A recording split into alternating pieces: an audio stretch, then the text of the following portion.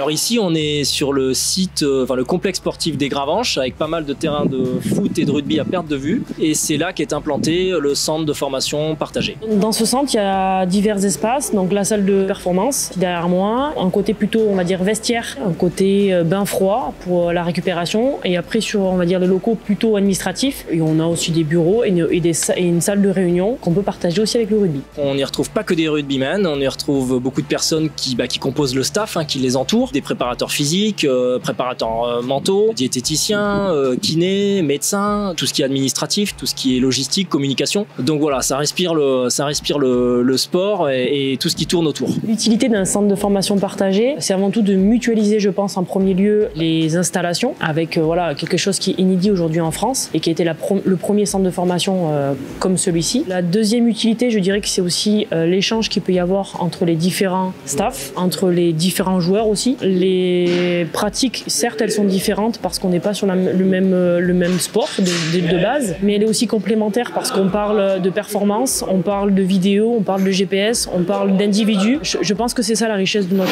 notre dispositif et de notre centre de formation ici.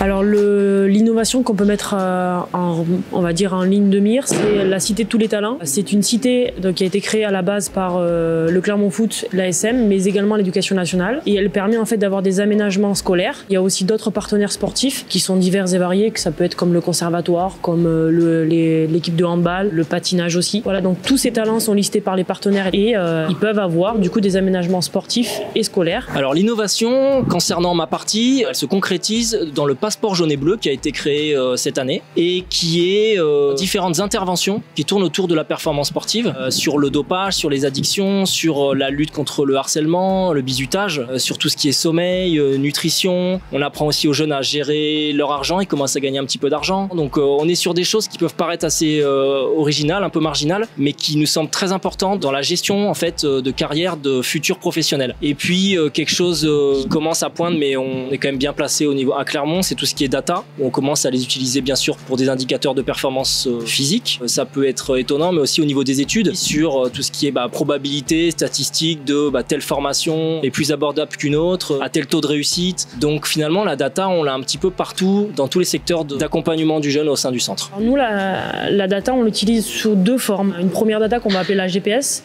Donc chaque joueur a un GPS sur lui lors de l'entraînement et lors des matchs, ce qui permet de vérifier les kilomètres qui sont parcourus par rapport à des références, notamment du monde pro. Et après, on a une deuxième data qui est la vidéo. Tous les matchs sont filmés. On a une analyse vidéo justement qui fait aussi le découpage et qui permet de façon individuelle mais aussi collective de faire des retours pour la performance du joueur, pour performer et avoir une amélioration par rapport à la pratique. Cette data, elle est analysée par des spécialistes de la data dans leur domaine sur des indicateurs de vitesse, de puissance, d'accélération qui nous aident à évaluer des paramètres qui sont pas palpables on va dire à l'œil nu. Donc c'est un outil qui est très important de progression dans la haute performance.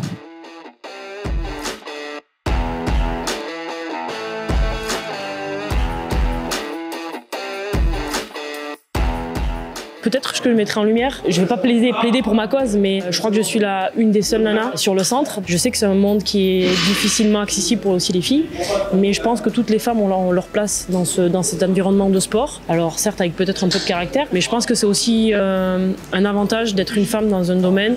Majoritairement en plus on encadre des garçons, et je pense qu'aussi c'est un apport de l'autre côté. C'est-à-dire que la vision de la femme peut avoir aussi une importance, un apport en plus sur notamment un travail d'équipe, un travail collectif comme celui-là.